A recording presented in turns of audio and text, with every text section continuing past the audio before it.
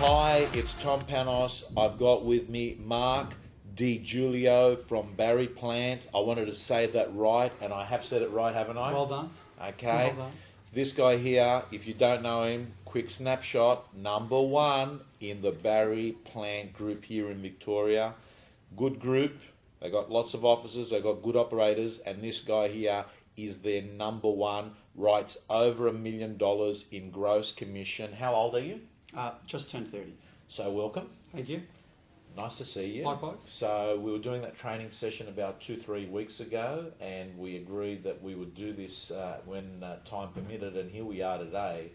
And Mark, firstly, congratulations. That's an incredible effort to be writing those numbers. One of the things I want to do is get the viewers here that watch this. A lot of these guys are people that are writing 200, 300. And it's excellent that people have been down that path like you, and they're going to find it very useful knowing that other people have gone down the path and that they can get to where you are. How long have you been in real estate? I started in 2005. Yeah. I worked as, some people may know, Spiro Drossos. He was my mentor and boss. Yeah. Started with him. I probably came into the industry when I was about 20, 21 years of age. And I've been at Barry Plant ever since. Okay. So how old are you now? 30. 30. So 30. So now, what's your real estate career look like in terms of figures? You started off writing what, like a couple of 100,000? Yeah. And then you've just built it up. We spoke with Spiro. You had a bit of a tough period in 2008. It could have gone either way, but you must have got very clear, or something's happened, and you've kept building it up, and it's been a sustainable growth. It hasn't been like from 200 to $1 million in 1 year. It has been done in stages, which means that you're building the foundations to a good long-term business. Absolutely. Okay. Mark, how many people in your business unit? I operate with 3, myself, obviously the team leader. There's Lisa Young. She's also my soon-to-be fiance. Yeah. But she's my business administrator, and she also is able to speak Mandarin and Cantonese. So she organises all my appointments, my diary, all my reports, CMAs. I don't basically have a computer. I don't want to touch a computer. My work and role is solely to be doing database calls and getting on the phone and doing face-to-face appointments. Lisa handles all the back of house. I then have Jason Stebino. Jason is basically my buyer specialist. He deals with all the open for inspection calls. He still runs his database on a smaller version as what I do, but he allows me to leverage and obviously speak to more people and get out to more properties and meet more vendors. Excellent. So Mark, you've got your business unit there, and you've told me earlier on that you want to actually put someone else on as well. At what point did you put on support staff? Looking back on it now, I probably should have done it much earlier. When I left Spiro's business unit, I was trying to do emails, paperwork, vendor meetings, database calls, open for inspection calls. It was an absolute nightmare. I look at the way that some of the other assistants to Spiro, as time has passed on, and how they did it. As soon as they left the business unit, they employed an administration assistant straight away. And I've looked at the growth that they've had compared to what I had and the lag time, and I believe that's the key difference. I think if you're going to start in this industry, even if you don't have the money, you need to make it work and pay somebody to get them to do the non-dollar productive activities, which is basically, if you're not on a telephone meeting somebody or at an open for inspection or at a listing presentation, you don't do that work. It should be delegated to someone else. Okay, so takeaway points there, guys and girls. You're hearing it from a guy that's writing the numbers, well over $1 million a year, unless you're doing a listing presentation, unless you're on the phone talking to buyers or sellers, unless, what were the other things that you were saying? So listing presentation, talking to buyers or sellers. Conducting open for inspection. Open houses. Or basically being in front of a person, or a touch point that's going to get you closer to actually closing a sale or listing a property. Okay. And I can't stress the importance of what Mark is saying. Any opportunity you have, if it's an email inquiry, try and get back to people in person, voice to voice. Use any opportunity. And you're listening to a guy that hardly touches a computer. And I'm just seeing this continued increasing group of agents that are actually replacing salesmanship with more or less keyboarding. Many years ago, we used to hear people say, geez, he's a great operator, he's got the gift of the gab. You don't hear people saying they've got the gift of the keyboard, you know? And I can't stress the importance of understanding it's a contact sport, and what you're saying is get the support staff so it allows you to have more contact points. And leverage. And leverage. Essentially, I don't sit there with a computer going through my calls. I go home on a Sunday, I get my market appraisal book that I started in 2005 all the way up to 2013, and I actually just sit down for a good hour and a half, have a cup of coffee, and I actually think, okay, have I called this person? Have I spoken with them? Have I sent them an email? Have I got a property that I can refer them to? Can I invite them to an auction? There needs to be certain touch points, because you can't over chase people, but you can annoy them if you're calling them constantly. So the frequency is important, but it's the quality of that frequency and how you actually do it. Okay, well, that's an interesting point. So what you're saying is you don't want to come across as a stalker where you're just chasing them. You want to contact them and actually do things or say things that are going to make them come closer to you. Yeah, like, let me give you an example. There was a client that I just recently listed. I've been chasing him for about 2 years. I had absolutely nothing to say to them, but I knew it was about time that I touched base with them. I just gave him a call. Hi, Tom, it's Mark from Barry Plant, your favourite real estate agent. And he just sort of paused, and then he goes, oh, Mr. Webb, how are you? Which is one of our major competitors. Yeah. Or, you know, Mr. White, as in Ray White. Yeah. And we just had a joke, and we just started talking football and had a chat, and there was no real estate whatsoever. But I guarantee you I'll get that listing in 2 to 3 months. Right. But I'd built up the rapport before that. Now, if I'd met him for, you know, the first time 2 weeks ago and was chasing him, I probably wouldn't have said that. But I wasn't a real estate agent, I was a mate. Right. And my business has been built around not being robotic. I think scripts and dialogues are amazing and lots of people use them, but the key is actually being you. And the one thing that I can tell your viewers is that the more you can be you, no one can beat you. Yeah. Because people like you, and 9 times out of 10 they employ me for just being a nice guy, I think. The more you can be you, no one can beat you. Yeah. I like that. You've got exclusive rights on yourself. Even if someone tried to copy you and they executed perfectly, they would never still be you. As I say to people, be you, because everyone else is taken. Yeah. Can I just talk to you, Mark? When you're calling people that have bought in the past. You're talking to people that have come through open houses. You call them when, on Mondays? My calls sort of vary. I try to keep to an ideal week. It's very hard though. I think Mondays can be a little bit hard because everybody's stressed out. They're going into their own office job or whatever they're doing, and it can be quite hard. I try and do it maybe of a Monday evening, and Wednesday's a very good day for me where I don't make a huge amount of calls. You know, in a week I might make just under 100 calls, Right. but the calls that I am doing Right. are qualified and they're quality calls. Right. My assistant will then actually do maybe 150 calls to new prospects. Right. He generates the new business, I nurture the existing business. So I'm probably a business manager and nurturer Right. versus a prospector. Excellent. Mark, ideal week, you just touched on. In the ideal, what does the ideal week look like? Okay. On a Monday, I'll get in. I'll probably get in at about 7:30, 8 o'clock. I try, like you, go to the gym and work out and maybe go for a run and keep fit. I just find that there's a direct correlation between... By the way, you're looking at this guy. This guy here, I found out today, was 130. You're 130 kilos. How long ago was that? I probably would have been about 5 years ago. What are you now?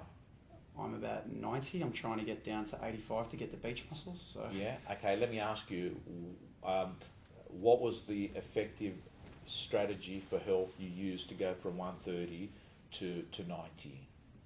Fitness? in terms of what I did, yeah, it's Exercise. exercise mindset. I got to the point where I was at that age where you want to go out, party and go out with your mates and friends and pick up chicks, and the reality was I was just a funny fat guy in the corner, and something twigged and it snapped, and I said, you know what, this isn't good enough, I'm not going to try, I'm actually going to do. And I think in anyone's real estate career, and for people that are watching, there'll become a point where you might write 200,000, you might write 500,000, but there comes a point in you where there's that burning desire, that hunger, where you want to rip the shreds to it and make sure that you do it. And for me, that was to be able to find my fiance, to be able to be healthy and fit, and be active. That was the thing that twigged. Okay, so gang, I'm just going to mentally press the pause button and just hear me out here, because what Mark has articulated to me is probably one of the most critical behaviours of success, and that is that there comes a point where people have had enough of actually just saying it, of liking an idea, of dabbling with it, of hoping, and they actually turn around and they say, I'm no longer just going to just dabble with it, I'm in, I'm signing in, and I will not do my best, I will do what is needed. And you've done that, and by the looks of it, you've turned your life around. You're writing big money for a guy that's your age. You're earning the sort of money that barristers, dentists, medical specialists earn. You're looking $1 million. So you've reinvented your health. You've reinvented your business. And I think that if you're watching out there, the key thing is that a decision was made, and that decision was enough of a bit of this story that I'm going along. Yeah, sure. Yeah, and I think you're going. It's the one thing that I think it is. Real estate is not a job; it is a lifestyle, and I use that term, and I just find it so true, because you can't switch off, but if you want it, you can go for it, and it doesn't matter who you are. If you make that choice and you want the lifestyle, something inside you will break and you'll make it happen. Okay, beautiful. Let's go. I got interrupted with the ideal week thing. That's what I want to. Sorry. Yeah, no worries. Go back. Let's go back. So let's talk about, what does the ideal week look like perfectly? Okay, so from Monday, I basically come in. I'm in the office at 7:30, 8 o'clock. I'm calling vendors, and at the moment, I'm operating with about 42 auction campaigns. So therefore, I need to be calling them pretty regularly and keeping the communication up. I'll finish up all my quality vendor calls, and they're not just a simple hi, how you going. I'll probably spend anywhere between 5 to 15 minutes with them. Sometimes even half an hour if I have to. So by the time that's all done, I could be done at about 12:30, 1 o'clock. So that's giving them feedback from what happened on the weekend. Correct. Okay. Correct. And what's coming up, and what should we do to obviously alter the campaign to improve it, to get the right result if it's not travelling on the right path. Okay. Then Tuesday, so Monday after? So Monday afternoon, pretty much from about 12 till about 8:30, 9 o'clock at night, I'm on the road. Right. I'm basically doing market appraisals, or I'm closing and negotiating a deal. If there's a very important vendor meeting, I'll try throw that in there as well. But essentially, I want to be on the road from 12 onwards with appraisals. Okay. Tuesdays? Tuesdays, we have our sales meeting from 8:30 to probably about 10:30. From 10:30 onwards, we have stock run. So then we view all the properties. We'll probably finish up stock run at about 3, 4 o'clock, and then from 4 o'clock, I try not to do market appraisals. I just find them a little bit lethargic and spent. I'll probably do vendor meetings. Right. The vendor meetings are okay because I've already got the reports a little bit more relaxed. We have a cup of coffee and a chat. Vendor meetings will go from 4 o'clock to probably about 7:38 if I have to. Wednesday, I try having a day off, but the Wednesday, it doesn't happen. If the phone rings, I'm there. And what I tend to find is, even if I do have nothing to do, I'm sitting at home watching TV, or I'm in the gym thinking, gee, I should have done this, or I should have done that. And I end up coming into the office. So, Mark, do you get dressed for work on Wednesday, or you're wearing casual? I will wear casual, but right. I'm not in a pair of shorts and a t-shirt. I'm coming in a nice pair of jeans, open neck shirt. Right. So if I do have to see a vendor, I can still do an appointment. Right. Or if I need to see a potential seller, I can still do that as well. On a Thursday, we have open houses. With the open houses, provided I'm not doubled or tripled up, I'm actually getting my assistant to run the open houses on the Thursday, and then Thursday I'll do straight database calls. Right. If I'm tripled up, well, that means I then have to get out there. Otherwise, that's why I'm looking for an assistant now. Right. I'll do those type of open houses. So database calls to anyone? It's to people. It's qualified, so it'll be people from the Sunday where I sit down, Right. go through my market appraisals from '05 to today, and I'm just ticking through and getting through them. By the end of the week, I've got a list of probably anywhere between, say, 80 and about 120 contacts that I need to make. I need to have the red pen out, crossing them all off, and if they haven't been crossed off, they follow into the next week. Okay, and Friday? Friday's just market appraisal day. Friday doing listing Or presentations. listing presentations all day. Saturdays is open houses and Do auctions. you come to the office first on a Saturday, or you go straight Yes, to your open? no, we come into the office first. I sit down with my team, we have a meeting, we discuss the properties that they're going to be attending to, the dialogue that we want them to use at those open for inspections, and we also explain to them, okay, well, if there is a property that we can close before an auction, let's do it. We then come back into the office at about 4 o'clock after our last open. We send out SMSs, Section 32s, emails, and make the important calls if we think we can sell a property. SMSs to who? What? So after each open for inspection, we use a program called SMSer. Yeah.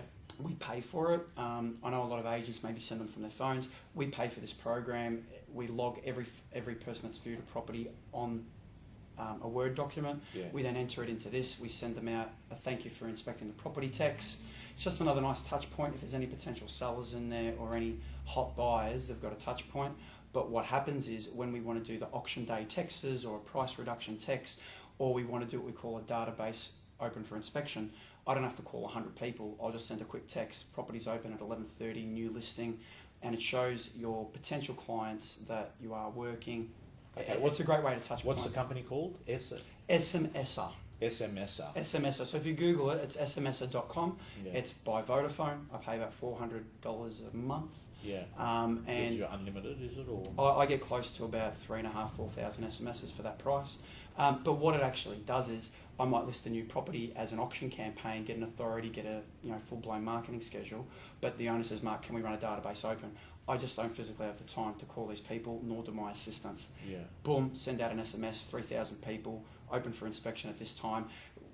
We probably get a pretty good strike rate. We did one last week. We had about 8 families come. Yeah. Okay, well, I think there's another reason that you're standing out in a crowd of real estate agents. They're getting a text from you on Saturday. You're getting texts out to get people to go to auction days. Yes. Price reduction, taxes, all that sort of stuff. Yeah.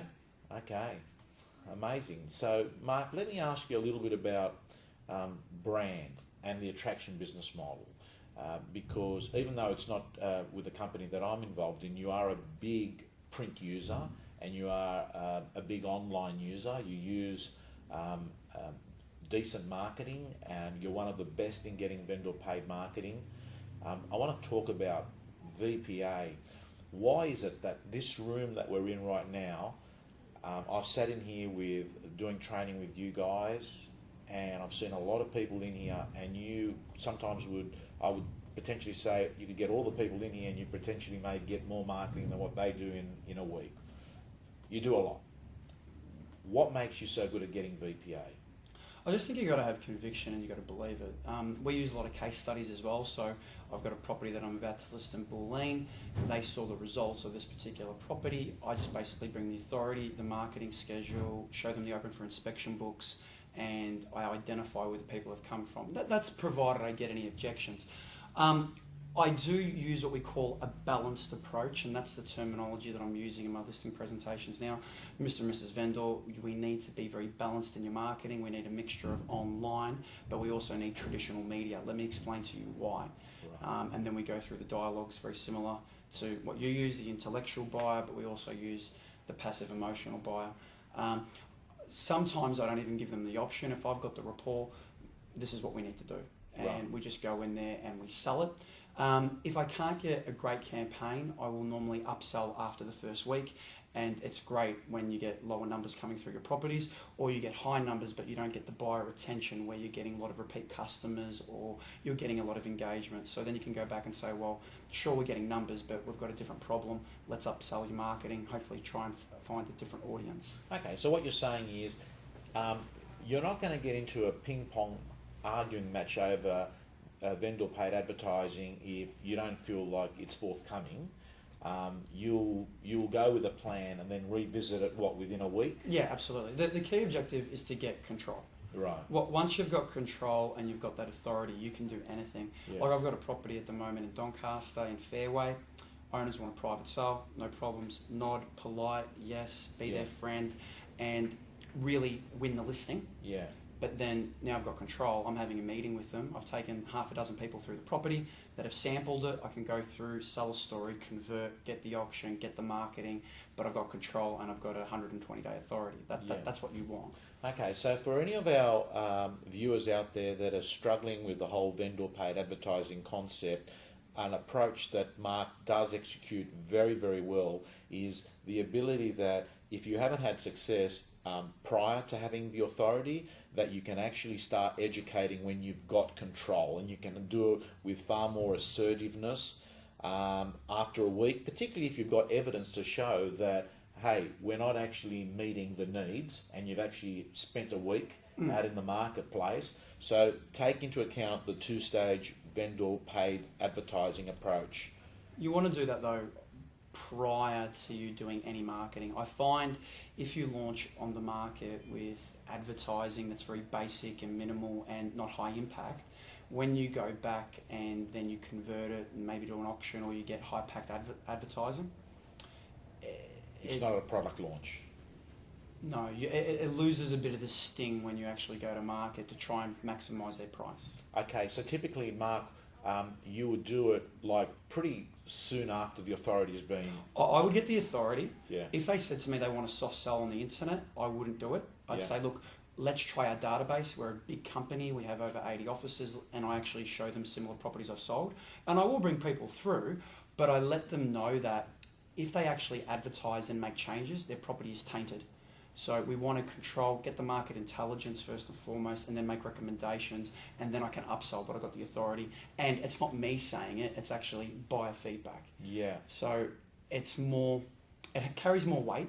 Sure. Especially with the vendor, because they think we're just out there to promote our brand and our company, whereas I can actually be intelligent about it and say, well, this is the contract request, this is the positives, these are the negatives, this is what the overall feedback has been. Let's tailor make you an advertising program now. Okay, can I ask you, what's the sort of dialogue or the positioning statement when you leave the listing presentation the first time that opens the door for you to come back in a few days' time to talk about the marketing again? Because you don't want to, I suppose, you don't want to come in and them saying, hey, where did this come from? Why didn't we talk about it? Sure. Yeah. Mr. and Mrs. Vendor, look, I appreciate you're not entirely sold on the idea of heavily advertising and promoting your property.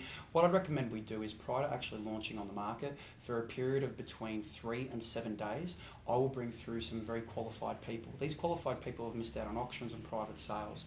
What I'd like to do is I'll bring them through in a pricing sample. Now you may be hoping for 700,000. I'll bring buyers between say 650 and 750. So we've got all bases covered. And what I'd like to do is when we catch up in maybe the next 5 to 7 days, I'll have a proper report for you and gather the market intelligence of what these buyers have said. Now, if we find that we're getting 3 or 4 people that are biting at it, fantastic. You may be quite happy with the offers and you may want to move forward to the next stage and say, you know what, Mark, I don't want to go through a campaign. So you're not aggressively pushing them towards a campaign and advertising. But equally, you may have to say to yourself, well, Mr. and Mrs. Vendor, out of a very small sample, we've already got 2 or 3 offers. Yeah. Maybe if we expose the property with high impact advertising online and print, there may be an opportunity here for you to maximise your price. And generally speaking, we get 1 or 2 offers and I've already set it up. Right. So most owners will think, well, gee, do I want the first offer or do I want the best offer? Yeah. And then they say, okay, well, you know what, Mark? Worst case scenario, I've only had 6 or 7 people walk through the house. I've already got 2 or 3 people biting at it. Let's go to market. What do we have to do? And it's very easy for me to sell that because nobody ever wants to undersell the biggest investment. Yeah. Okay, that's absolute gold, gang. So on the VPA, if you're struggling, consider this 2-stage approach, and that was just excellent dialogue, the way that you've eloquently put that there, Mark.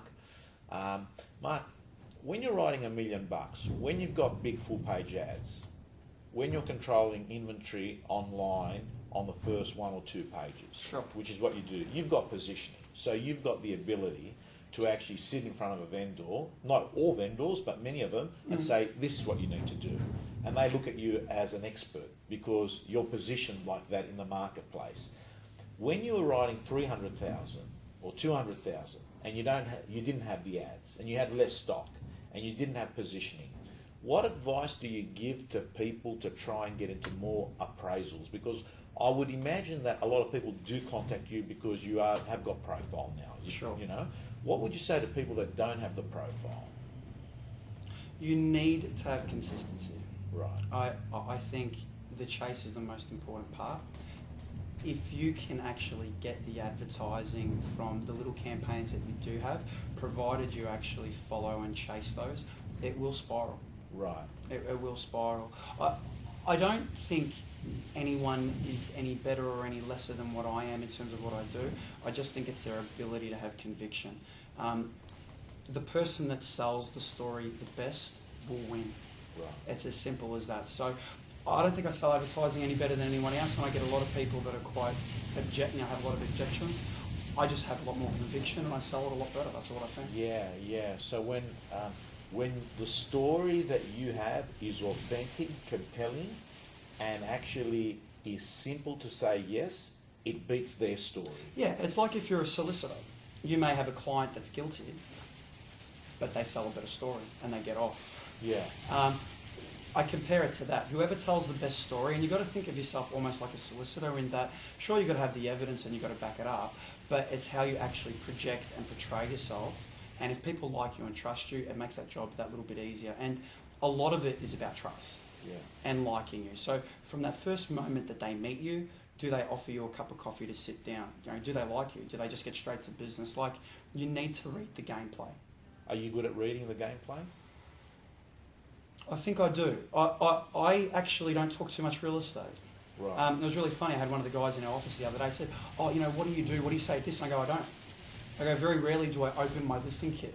Right. I do open it and I do go through the strategy, but you know, you've said it before. You know, words change lives, and I think if you can have that feeling and that connection with people, they'll go with what you say. Yeah. So I always say to people, Mark, and again, you've repeated my thoughts, which is, it's not just what you say, it's how you believe what you say, because how you believe what you say adds a different feeling to what is said, because people do forget the words. Oh, yeah. But they don't forget the feeling that you leave them with as you deliver it, you know. Let me give you an example. My listing presentations will probably go for about 2.5, 3 hours. Right. That's a standard presentation. In one go. In one go. Right. In one go. If I have to go back, I will. However, an hour of when I get to the front door is rapport building. Okay? An hour is talking real estate, and an hour is warm and fuzzy closing. Okay? So building that relationship further. So the first impression is, hey, he's a nice human being, he's a lovely guy, you know, gee, he's thinking of getting married, he's got kids, or whatever it is. So and you talk about those things? I talk about those things, yeah. And sometimes I can even judge it that I've got the listing before I've even spoken about real estate because they like me. Right.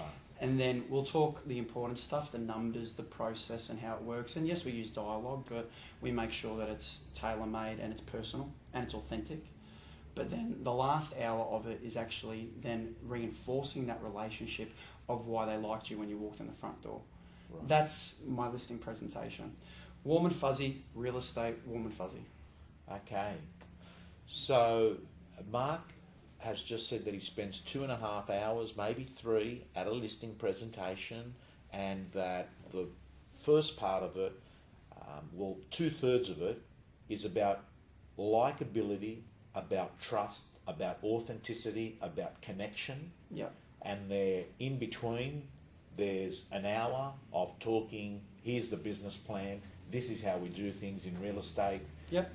This is what it's costing, these are the price levels, and then finish off again being humans, not being real estate. Yeah, and you know, I got a listing the other day where they said, "Oh, gee, Mark, you spent so much time with us." The other guy just walked in and, you know, gave us a price, gave us everything, and then he had to go. He didn't really care. Yeah. I think my presentations and listings are because of that, where if I have a cup of coffee with them and we break bread, so to speak, and especially with a lot of the Europeans, like, I'm not sure if my colleagues have told you, but when I go to my appointments, I actually walk in with a packet of Tim Tams. Right. Okay. So even first visits. First visits, I walk in with a packet of Tim Tams. I wrap it up in berry plant ribbon. Yeah. Okay, and I sit down.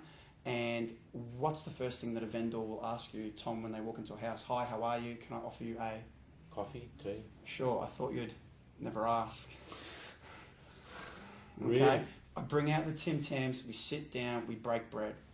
And we don't talk any real estate. I know about their kids, their wife, whoever the hell. So you don't do a guided tour? No. You sit down? No. And you know what the best part is? When I leave that presentation, the other agents will walk in and they are absolutely shaking in their boots because they've seen the berry plant ribbon and Tim Tams. And they know I've been there. And I want them to know. Right.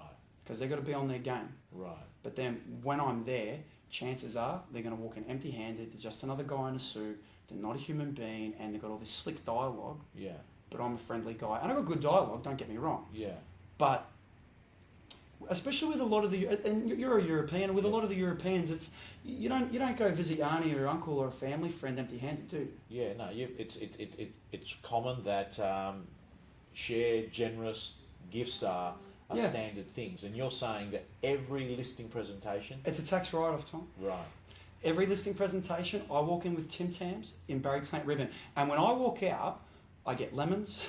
I get tomatoes, I get whatever it may be. But that's the way it is. And if I don't, I'll get a cup of coffee. Now, this is the deal breaker.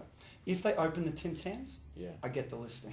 Right. If they don't open the Tim Tams or offer you a biscuit of one of theirs, I'm still on the shopping list. Okay. Because to me it's obvious what they're saying is let's spend time together. Let's talk. I'm happy to break bread with you. That's it. That's the key. Yeah, okay. So there is some really great insights on the listing presentation, and it wasn't what I was going to talk about, but why wouldn't you when you've got a guy that's number one for Barry Plan, and you're only going to be number one if you're a world-class lister. Mark, we could talk for ages, but I want to finish off here today and ask you, you've been in real estate since 2005. If you were meeting you in 2005, what advice would you give yourself now? You've been in the business for 8 years or whatever. What advice would you give yourself now? I'd probably say to myself, put on an assistant straight away. Number one, the amount of time I got bogged down, doing admin and emails and running around doing reports. If I had someone in my early years to actually do that, I think I would have been able to leverage and propel my career a lot further, a lot quicker. Right. The other thing I would have said to myself was, I did the Barry Plan Auctioneer of the Year competition as a novice. I waited probably 2 years to do that because I was focusing on the business. But what I found was, when I wasn't writing the big dollars and I didn't have all these lovely awards and credentials, it was very easy for me to walk in as an auctioneer and have credibility instantly because I'm an auctioneer. The first year that I did the auctioneer course, I lost and I was absolutely shattered. I went back and did it the following year and I won it. And when I won it, my career just boomed. Because people can see you're the rising star. You don't say you're a novice, you're a rising star. And people want to be around young, energetic, successful people, and they could see I was cutting a path. And then each auction that I would do, I'd meet more vendors, more people would see me, and I was a jovial, non-autocratic, non-offensive, not one of these aggressive auctioneers. I was jovial, and people liked it, and I picked up a heap of business that way. So I would recommend to your viewers, become an auctioneer as quick as you can. And make sure that you employ an assistant. Okay. Mark, it's been fantastic. I really appreciate your time. You've been very generous with giving us some great advice on vendor paid advertising, some excellent advice about getting yourself positioned and self-developing, becoming an auctioneer, having that authority where they look at you and say, he's the guy that talks, he's the boss of the day of auction day. That all makes absolute sense. It means getting out of your comfort zone and doing things that might make you feel temporary and competent, but in fact they're actually growing you. You know. Thank you so much. Thank you. Pleasure. Thank you. Thank you. All the best. Awesome.